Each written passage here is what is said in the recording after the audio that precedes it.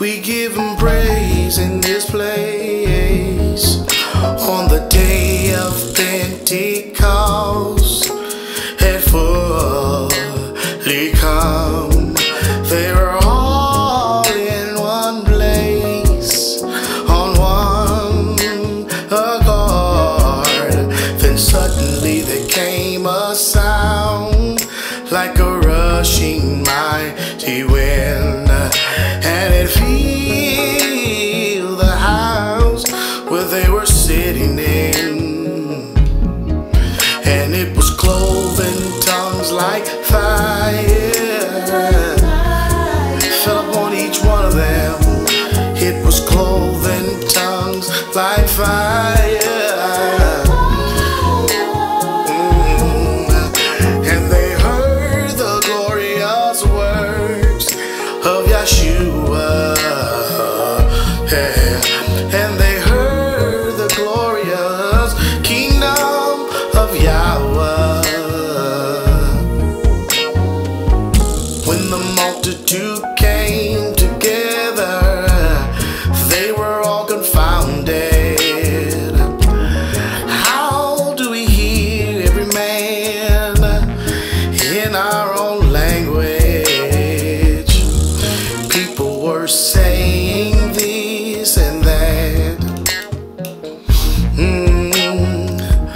but the ones that had the experience, they knew the facts. While some were amazed and some doubted, they just wanted to know what meaneth this. What meaneth this? The one given the keys to the kingdom said, I'll handle this. So Peter stood up, said, men and brethren of the circumcised, what you have seen today has been already prophesied. It was cloven tongues like fire set on each one of them. It was cloven tongues like fire. And they heard the glorious works of Yeshua. And they heard the glorious works of the kingdom of Yah. Just like the day of Pentecost, the same thing happened to me. It was way back in '93. It was cloven tongues like fire set upon me. It was cloven tongues like fire. I was filled with the Ruach, and I heard the glorious works of Yeshua. And I heard the glorious words of the kingdom of Yah. Build up, gotta be built up in your faith. How can they hear without a preacher? That are filled with His Spirit, and it will teach you how to walk in His Spirit. So as you look at the benefits today of walking in the Spirit, if you're not filled with the Spirit, this should encourage you. Amen. So I take that back. It's for you too, the ones that's not filled, so that it can encourage you to get filled, so that you can do the same thing too.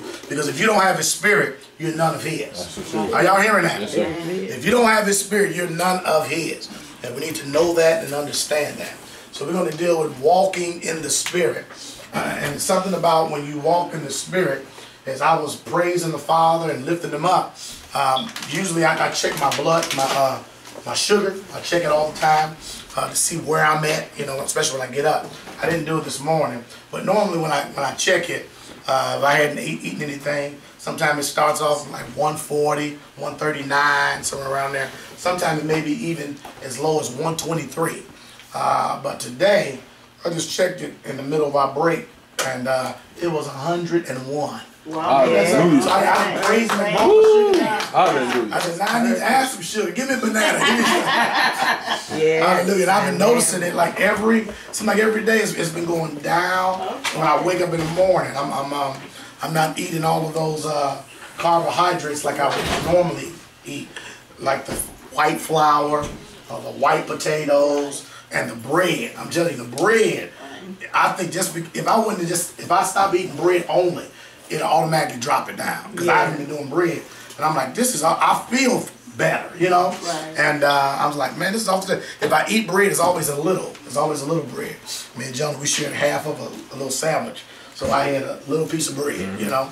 So I just thank the Father for giving us wisdom and knowledge on how to eat the right things, so that you can literally fix your health just by what you eat. Yes, sir. That's the I often truth. hear Pastor Dow saying that we're dying by the spoon, death by the spoon. Yes, sir. You know, because we don't know how to eat the proper things. I'm drinking good, clean water every day, putting a lot of that in me, and just changing a few things in my diet, exercising, and just those little things is really turning this sugar level stuff, turning it completely around. So I give the Most High Yah praise and glory. Hallelujah. I said, I didn't Thank praise you, him y'all. until my sugar went down. Hallelujah. Yes, sir. That's some good praise Yes, there. sir. Beautiful Hallelujah. praise. Yeah. So we're going to deal with how to walk in the Spirit.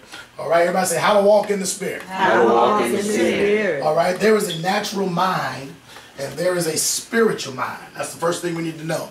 That you have a natural mind, and then you also, there is a spiritual mind. And the majority of the people, they choose to walk after their natural carnal mind. That's what each and every one of us are sort of default to every morning. We're automatically in the carnal natural mind. You know, first thing you want to do in the morning, sometimes it don't be to pray, right? Yes, sir. It'll be to do something else. Yes, sir. So your carnal mind is always on default, and it's always in that pretty much that order. All right, the natural carnal mind. And Proverbs 23 and 7, it says, "For as a man thinketh in his heart, so is he." So if your thoughts and what you're thinking is all gendered towards the carnal or the natural state, then guess what? As a man thinketh in his heart, so is he. That's all you're going to be able to function after, is a natural carnal state. Are y'all hearing that? Yes, sir. But the Father don't want us to operate in a natural carnal state. He wants us to walk and be renewed in the spirit of our mind, so that we can walk after the Spirit, opposed to walking after the natural carnal mindset. We're going to learn more and more about that as we go on. But are y'all tracking with me so far? Yes, sir. All right? The mind. The mind. There is a carnal, like I said before, a carnal mind.